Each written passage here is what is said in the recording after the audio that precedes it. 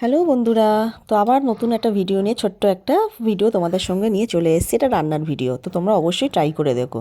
তোমরা দেখতেই পাচ্ছ আমি এখানে বাঁধাকপি কেটে নিয়েছি আর বড় বড় সাইজের আলু কেটে নিয়েছি। আমি এতে প্রেশার কুকারে এটা আমি একটা সিটি দিয়ে ভাপিয়ে নেব। তো দেখো, আর সামান্য নুন দিয়ে দিয়েছি। ঠিক আছে, তো তোমরা সবাই এরকমভাবে কেটে নেবে, নিয়ে আলুগুলো ওপরে সাজিয়ে দেবে, দিয়ে প্রেশার কুকারে ঢাকনাটা আটকে দেবে। ঠিক আছে, দিয়ে একটা সিটি দিয়ে নেবে। তো দেখো আমি সমস্ত সব কিছু আমার রেডি করে এবার নুন দিয়ে দিলাম, দিয়ে এবার প্রেশার কুকারে ঢাকনাটা আমি আটকে দেবো। ঠিক আছে, তো চলো দেখতে থাকো। প্রেশার কুকারে ঢাকনা রেডি আমার, এখানে সেদ্ধও হয়ে গেছে। এখানে আমি কড়াই নিয়ে নিয়েছি, কড়াইতে আমি এবার সর্ষের তেল নিয়ে নেবো। ঠিক আছে, তো সর্ষের তেল আমি অ্যাড করে দিচ্ছি। দেখতেই পাচ্ছ, একটু বেশি করেই তেলটা দিও, তো তেলের পরিমাণটা একটু বেশিই লাগে। তো চলো, তেল নামা হয়ে গেছে। তেল গরম হয়ে গেলে এবার আমি এতে এক এক করে সব ফোড়ন দিয়ে দেবো। প্রথমে দিয়ে দিলাম শুকনো লঙ্কা, তারপর দিয়ে দেবো এতে গোটা গরম মশলা। ঠিক আছে, তো আমি গোটা গরম মশলা একটু ভেঙে নিয়েছি, প্যাকেটের ভেতর যেহেতু ছিল। তো এটা আমি শিল নোড়ায়, নোড়াটা দিয়ে আমি ভালো করে আর কি থেতো করে নিয়েছি। নিয়ে এবার তেলটা গরম হচ্ছে। তেলটা গরম হয়ে গেলে এতে আমি একটা বড় সাইজের, বেশ ভালো একটা বড় সাইজের একটা পেঁয়াজ কেটে নিয়েছি। দেখতেই পাচ্ছ, পেঁয়াজটা বেশ একটু ভালো ব্রাউন কালার হয়ে আসবে, লাল লাল করে আমি ভেজে নেব। তো এখানে ভাজতেও শুরু করে দিয়েছি। দেখো, সমস্ত সব রকম মশলার ফোড়নটা দিয়ে আর পেঁয়াজ দিয়ে ভাজছি। এবার আমি দেখো এটা একটু ব্রাউনিশ কালার হয়ে গেছে। এতে আমি বড় সাইজের দুটো টমেটো দিয়ে দেবো। টমেটো দিয়ে ভালো করে এবার নাড়াচাড়া করব। তো দেখো, টমেটো দাবা আমার হয়ে গেছে। এবার এটা দিয়ে ভালো করে নাড়াচাড়া করতে শুরু করে দিয়েছি। টমেটোটা বেশ একটু মজে মজে আসবে, তারপর এতে আমি আদা রসুন থেতো করে দিয়ে দেবো। ঠিক আছে, তো দেখো টমেটোটাই ভালো করে গেঁথে গেঁথে দিয়ে দিচ্ছি তেলের মধ্যে।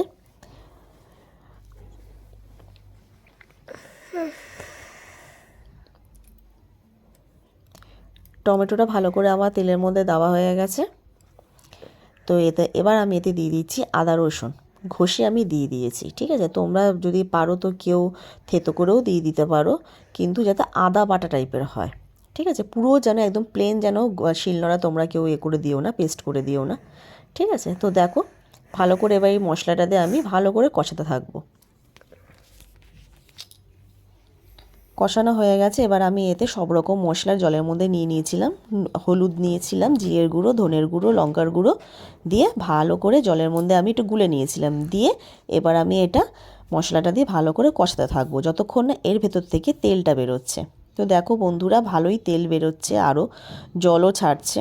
তো এটা ভালো মতন কষিয়ে নিয়ে আমি এবার দিয়ে দিলাম কিছুটা ছাড়ানো কড়াইশুঁটিটা দিয়ে এবার ভালো মতন আমি নাড়াচাড়া করতে থাকবো। আর ওই দিকে আমি প্রেশার কুকারে যেটা আমি সিটি দিয়ে নিয়েছিলাম বাঁধাকপিটা, সেই বাঁধাকপিটা এবার আমি এতে আস্তে আস্তে দিয়ে দেবো। ঠিক আছে, ওইটা আমি একটা ঝুড়ির মধ্যে আমি ছেঁকে নিয়েছি। আর এইটা হচ্ছে আমি দিলাম ভাপানো জল। ঠিক আছে, এটা হচ্ছে বাঁধাকপির ভাপানো জলটা দিয়ে আমি একটু ভালো করে কষিয়ে নিচ্ছি। এবারে দেখো এর ভেতর থেকে আবার তেল ছাড়তে শুরু করে দিয়েছে। ঠিক আছে, এবার আমি ওই যেটা ছেঁকে রেখেছিলাম বাঁধাকপিটা এতে দিয়ে দিলাম। দেখতেই পাচ্ছ, আলু বাঁধাকপি সব একসাথে দিয়ে দিয়েছি। নিয়ে এবার ভালো করে নাড়াচাড়া করতে থাকবো।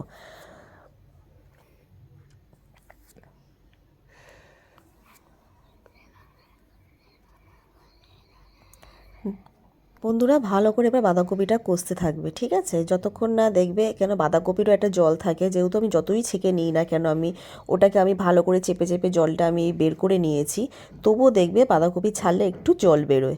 ঠিক আছে, জলটা ভালো করে শুকিয়ে নেবে।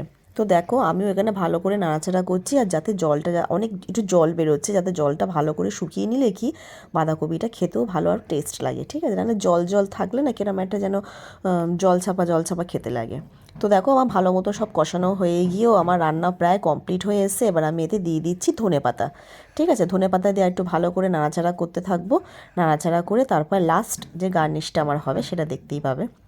তো দেখো আমার পুরো রান্না কিন্তু পুরো কমপ্লিট, দেখতেই পাচ্ছ। এবার ধনেপাতা দিয়ে আমি ভালো করে নাড়াচাড়া করে নিচ্ছি। এবার আমি দিয়ে দেবো এতে সামান্য একটু গরম মশলা। তো দেখো একটু গরম মশলা দিয়ে দিলাম, দিয়ে আমার রান্না কিন্তু প্রায় কমপ্লিট হয়েই গেছে রান্না আমার। এবার আমি গ্যাসের সিমটা বন্ধ করে দেবো, দিয়ে এবার গরম গরম ভাতে পরিবেশন করব আমি, সোনা, বাবু। ঠিক আছে, তো কেমন লাগলো প্লিজ ট্রাই করে দেখো, আর অবশ্যই আমাকে কমেন্ট বক্সে কমেন্ট করে জানিও। তোমরা যদি কেউ আমার নতুন চ্যানেলে সাবস্ক্রাইবার হয়ে থাকো তো প্লিজ আমার নোটিফিকেশানটা অন করে রেখো, সরি বেল আইকনটা অন করে রেখো, তাহলে সমস্ত সব নোটিফিকেশান তোমাদের কাছে পৌঁছে যাবে। সবাই ভালো থেকো, সুস্থ থেকো, আবার নতুন ভিডিও নিয়ে তোমাদের সামনে